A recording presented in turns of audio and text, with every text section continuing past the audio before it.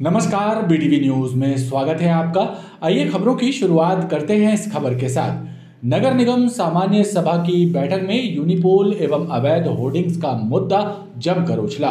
भाजपा पार्षद दल ने आरोप लगाया कि बेढंगे तरीके से लगाए गए यूनिपोलों के कारण सड़क हादसे हो रहे हैं, लिहाजा यूनिपोलों को तत्काल हटाया जाए।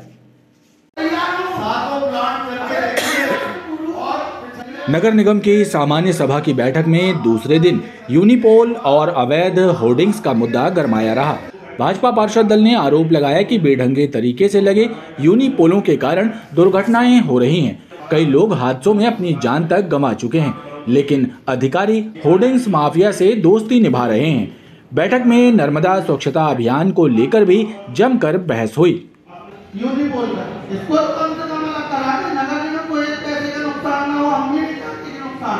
लेकिन ये स्ट्रक्चर बना के रख देना, दुर्घटनाएं हो रही, ये सारी चीजें अखबार आधे पेजों में छाप रहे हो।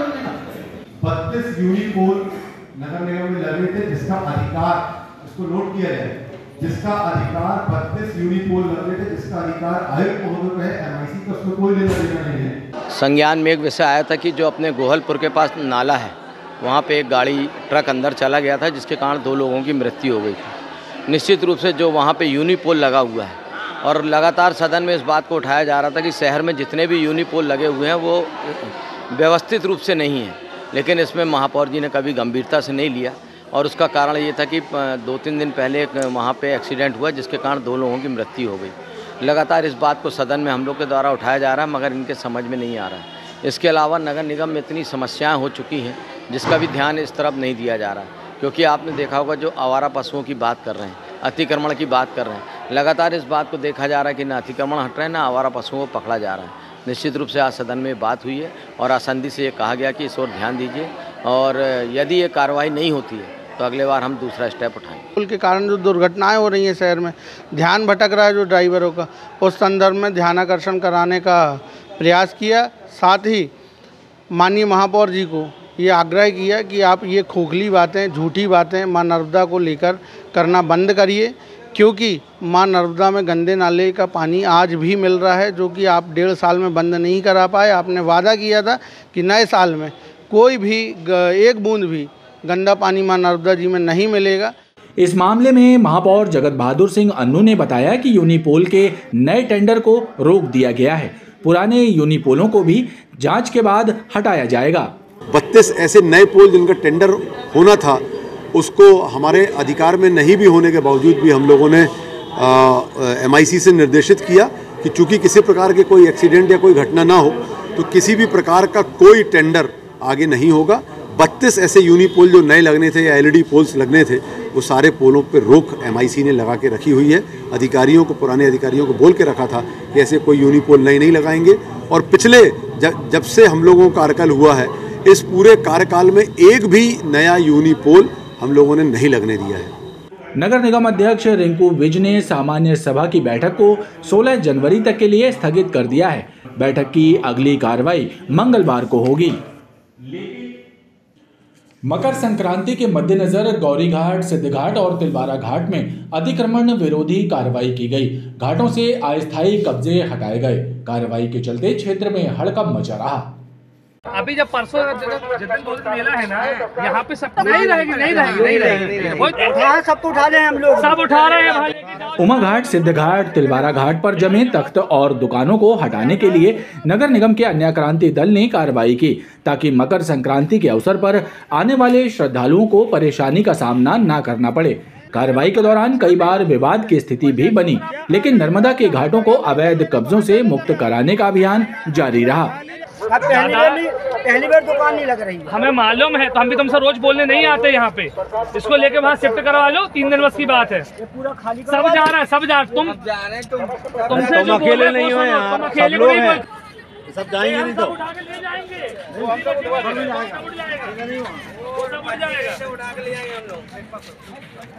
तिलवारा घाट, ग्वारी घाट, सिद्ध घाट, जहाँ जहाँ मकर संक्रांति का मेला रखा गया है, वहाँ सभी जगह से अस्थायी अतिक्रमण को हटाया गया है। अभी कार्रवाई 15 तारीख तक चलती रहेगी। इसको कितने करीब होंगे टपरे अगर देखा? 20-30 टपरे हटाए गए। वहाँ टप जो पो रखे जाते तखत वगैरह, उनको हटाया गया वहाँ से।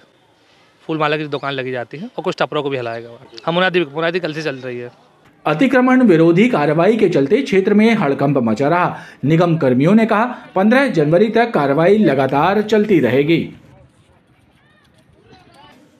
अपने सपनों का आशियाना खरीदने के लिए परेशान हो रहे शहरवासियों का सपना Dainik Bhaskar mega property expo में पूरा हो रहा है। शहीद स्मारक परिसर गोल बाजार में आयोजित प्रॉपर्टी फेयर में एक ही स्थान पर मनपसंद संपत्ति खरीदने की सुविधा लोगों को मिल रही है।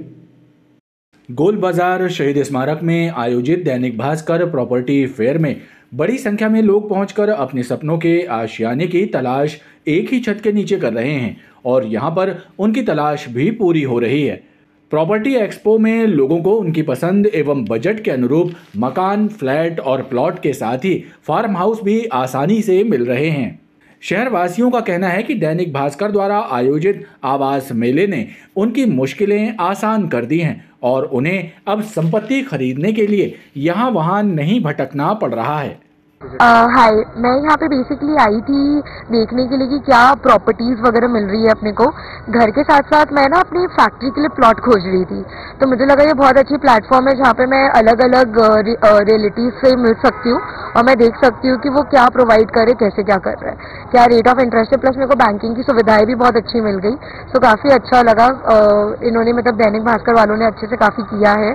ये जरूर है कि जबलपुर में अब कुछ प्रोजेक्ट्स जो आ रहे हैं वो नए रूप में, नई फैसिलिटीज में मिले। अक्सर देख रहे हैं कि सेम पैटर्न में फ्लैट डुप्लेक्स बनते हैं।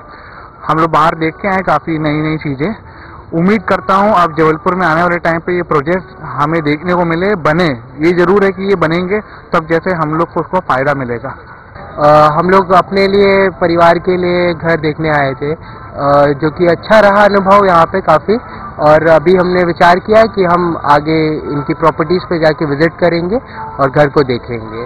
वहीं बिल्डर्स एवं डेवलपर्स के द्वारा बताया गया कि प्रॉपर्टी एक्सपो में जनता का बेहतर प्रतिसाद मिल रहा है।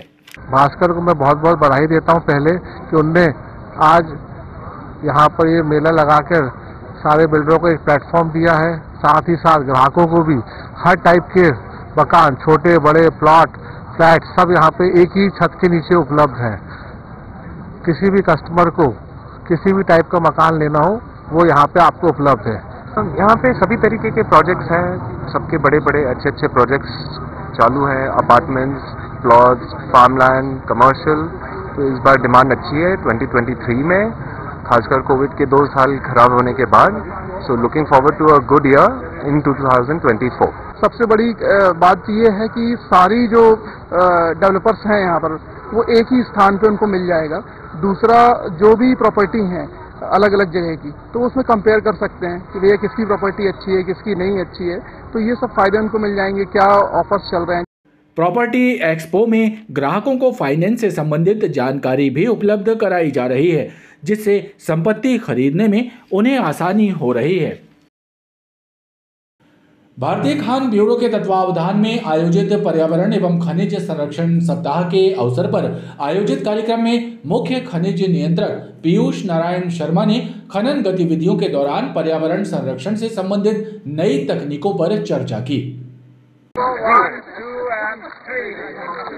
भारतीय खान ब्यूरो के द्वारा वार्षिक खान पर्यावरण एवं खनिज संरक्षण सप्ताह का आयोजन गौर क्षेत्र में किया गया, जिसमें सेमिनार एवं प्रदर्शनी आयोजित हुई, जिसका उद्घाटन भारतीय खान ब्यूरो के chief controller of mines Piyush Narayan Sharma द्वारा किया गया। Chief controller of mines Piyush Sharma ने बताया कि वर्तमान समय में उनके विभाग ने कई ऐसी नई तकनीकों का इजाद किया है, जिसके जरिए पर्यावरण को नुकसान पहुंचाए बिना ही खनिज का दोहन किया जा सके, क्योंकि खनन में कई तरह की चुनौतियों का सामना करना पड़ता है और खासकर पर्यावरण संरक्षण को ध्यान में रखकर ही कार्य योजना तैयार की जाती है। तो हमारे सारे क्षेत्रीय कार्यालय इंक्लूडिंग जबलपुर क्षेत्रीय कार्यालय जो है इस क्षेत्र के अंदर आगे आने वाले समय में महत्वपूर्ण भूमिका निभाने जा रहा है। जैसे जैसे हम आगे बढ़ रहे हैं, हमारे जो सुलभ और बड़ी प्रचुर मात्रा में बड़ी आसानी से मिलने वाले खनिज थे, अब वो धीरे धीरे थोड़े से दुर्लभ होते जा रहे हैं। उनका ग्रेड है, उनकी क्वालिटी है, अब वो निम्न स्तर की तरफ बढ़ रही है। ऐसे समय में हमारा ये दायित्व है कि हम लोग मिनरल को न सिर्फ कंजर्व करें, लेकिन लो और लीन ग्रेड के मिनरल्स को प्रोसेस करके उनको उपयोग लायक बनाएं। फ्यूचर की माइनिंग यही है कि हम किस प्रकार से किसी भी तरह की परिस्थिति में किसी भी प्रकार की जियोलॉजी एंड ज्योग्राफी से मिनरल वैल्यूज को एक्सट्रैक्ट कर सकते हैं, किस प्रकार से पूरी सुरक्षा और तकनीक के इस्तेमाल से हम मैक्सिमम चीज़ों का दोहन कर सकते हैं। परंतु सबसे महत्वपूर्ण कार्य जो है, जिसमें आप बोलते हैं माइन एनवायरनमेंट का एक शब्द है, कि इन चीज़ों का दोहन बड़ी जिम्मेदारी के साथ किया जाना है। कार्यक्रम के दौरान पीयूष शर्मा ने प्रदर्शनी का अवलोकन भी किया।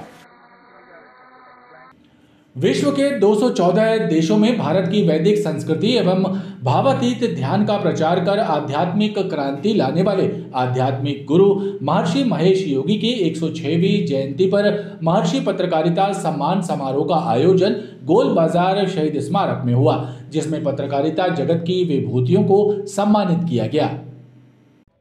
महर्षि महेश योगी की 106वीं जयंती पर शहीद स्मारक परिसर में आयोजित कार्यक्रम के दौरान पत्रकारिता जगत से जुड़ी विभूतियों को महर्षि पत्रकारिता सम्मान से सम्मानित किया गया, जिसमें प्रिंट एवं इलेक्ट्रॉनिक्स मीडिया के पत्रकार और छायाकार शामिल रहे। इनमें अनूप जैन, शुभम शुक्ला, मंजू पांडे, आदित्य विश्वकर्मा, राजेंद्र गहरवार, दीप्ति मुले, सोमनाथ, हर्षित चौरसिया, मनीष श्रीवास्तव, अफरोज खान, त्रिलोक पाठक, अमन पटेल सम्मानित हुए और आयुर्वेद के सम्मान के लिए राष्ट्रपति पुरस्कार प्राप्त डॉक्टर हरप्रसाद स्थापक को चुना गया। महर्षि महेश योगी की 106वीं वर्षगांठ पे 22वां महर्षि पत्रकारिता पुरस्कार इस वर्ष पुनः गरिमामय वातावरण शहीद स्मारक। इसमें लाइफ टाइम पुरस्कार 15 पत्रकारों को पुरस्कृत किया। आज दुनिया के 214 देशों में यह कार्यक्रम एक साथ मनाया जा रहा है और विश्व में विश्वव्यापी रामराज की घोषणा की जा रही है। स्वामी विवेकानंद की जयंती युवा दिवस के रूप में मनाई गई। इस अवसर पर जन अभियान परिषद एवं थैलेसीमिया सिकल सेल जन जागरण समिति के तत्वावधान में रक्तदान शिविरों का आयोजन किया गया। हमने किया रक्तदान, आप भी करो रक्तदान। युवा दिवस के उपलक्ष्य में मध्य प्रदेश जन अभियान परिषद के द्वारा समन्वय सेवा केंद्र में रक्तदान शिविर का आयोजन किया गया, जिसमें बड़ी संख्या में रक्तवीरों ने रक्तदान किया। बाहर के पेशेंट्स को रक्त की बड़ी आवश्यकता होती है और जो बाहर गांव से आए हुए लोग रहते हैं, खास करके जो ग्रामीण अंचलों से आए हुए लोग रहते हैं, उनके पास रक्त की व्यवस्था नहीं होती। एक्सचेंज ट्रांसफ्यूजन के लिए उनके पास कार्यकर्ता भी नहीं होते, रिश्तेदार भी नहीं होते। लोकल जबलपुर का व्यक्ति है तो उसका कोई ना कोई कांटेक्ट निकल आता है जो उसके लिए ब्लड डोनेट कर देता है, पर जो बाहर के लोग हैं उनको रक्त की बड़ी आवश्यकता होती है और इसलिए पूरे वर्ष भर हमें रक्त की आवश्यकता पड़ती है और इसलिए रक्तदान का एक कार्यक्रम संपन्न किया गया।